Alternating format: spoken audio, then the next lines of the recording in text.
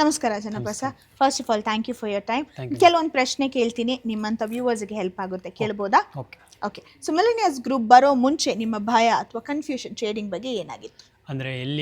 ಎಲ್ಲಿ ಲಾಸ್ ಮಾಡಿ ನಮ್ಗೆ ಗೊತ್ತಿಲ್ಲ, ಅದ್ರ ಬಗ್ಗೆ ಎಲ್ಲಿ ಇನ್ವೆಸ್ಟ್ ಮಾಡೋದು. ನಾವು ಮಾಡಿದ್ದು ಈಕ್ವಿಟಿನ, ಡಿರೈವೇಟಿವ್ಸ, ಏನೋ ಗೊತ್ತಿಲ್ಲ. ಬರೀ ಒಂದು ಸ್ಟಾಕ್ ತೊಗೊತಾರೆ, ಅದರಲ್ಲಿ ಪ್ರಾಫಿಟ್ ಬರುತ್ತೆ ಅಂತ ಅಷ್ಟೇ ಗೊತ್ತು. ಇಲ್ಲಾಂದರೆ ನಾಲೆಡ್ಜ್ ಇಲ್ಲ ಅಂದರೆ ಇದು ಹೋಗುತ್ತೆ ಅಂತ ಗೊತ್ತು, ಪ್ರಾಫಿಟ್ ಹೋಗಲ್ಲ ಅಂತ, ಆ ಥರ. ಓಕೆ. ಸೊ ಇವಾಗ ನಿಮ್ಗೆ ಆ ಕನ್ಫ್ಯೂಷನ್ ಇದೆಯಾ?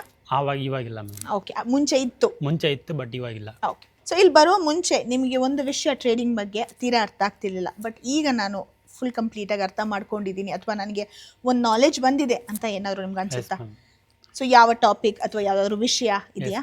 ಎಸ್ ಮ್ಯಾಮ್, ಆಪ್ಷನ್ ಚೈನ್ ಬಗ್ಗೆ ನಮ್ಗೆ ಫುಲ್ ಗೊತ್ತಾಗಿದೆ. ಬಟ್ ಆ ಆಪ್ಷನ್ಸಲ್ಲಿ ಸೇಮ್ ಡೇ ಎಕ್ಸಿಸ್ಟ್ ಮತ್ತು ಸೇಮ್ ಡೇ ಇಂಟರ್ವ್ಯೂ ಇರುತ್ತೆ, ಆ ಥರ ಫುಲ್ ಗೊತ್ತಾಗಿದೆ ಮ್ಯಾಮ್ ಅದ್ರ ಬಗ್ಗೆ. Okay, perfect. ಮುಂಚೆಗೆ ಹೋಲಿಕೆ ಮಾಡಿದರೆ ನಿಮ್ಮ ಕಾನ್ಫಿಡೆನ್ಸ್ ಲೆವೆಲ್ ಎಷ್ಟು ಮಟ್ಟಿಗೆ ಬೆಳೆದಿದೆ? 80 to 80% ಇನ್ಕ್ರೀಸ್ ಆಗಿದೆ ಮ್ಯಾಮ್. ಎಷ್ಟಿತ್ತು ಮುಂಚೆ? 0%. ಓಕೆ. 0 ಇಂದ 80ಗೆ ಹೋಗಿದ್ದೀರಾ, ಇನ್ನೊಂದು 20 ಪ್ರಾಕ್ಟೀಸ್ ಮಾಡ್ತಾ ಎಸ್ ಬರೋದು. ಮ್ಯಾಮ್, ಪ್ರಾಕ್ಟೀಸ್ ಮಾಡಿದ್ರೆ ನಾವು. ಪರ್ಫೆಕ್ಟ್. ನಿಮ್ಮಂತೆ ಬಿಗಿನರ್ಸು ಏನಕ್ಕೆ ಈ ಪ್ರೋಗ್ರಾಮನ್ನು ಅಟೆಂಡ್ ಮಾಡಬೇಕು ಅನ್ಸುತ್ತೆ ನಿಮಗೆ? ಅದೇ ನಾವೇನೋ ಒಂದು ಸ್ಯಾಲ್ರಿ ಹೋಗ್ತಾ ಇರಲಿ, ಇಲ್ಲಾಂದರೆ ಬೇರೆ ಏನೋ ಬಿಸ್ನೆಸ್ ಮಾಡ್ತಾಯಿದ್ರು, ನಮಗೆ ಪ್ಯಾರಲಲ್ ಆಗಿ ಇನ್ಕಮ್ ಜನ್ರೇಟ್ ಆಗಬೇಕಂದ್ರೆ ಅದಕ್ಕೋಸ್ಕರ ನಾವು ಟ್ರೇಡಿಂಗ್ನ ಕಲಿಬೇಕು.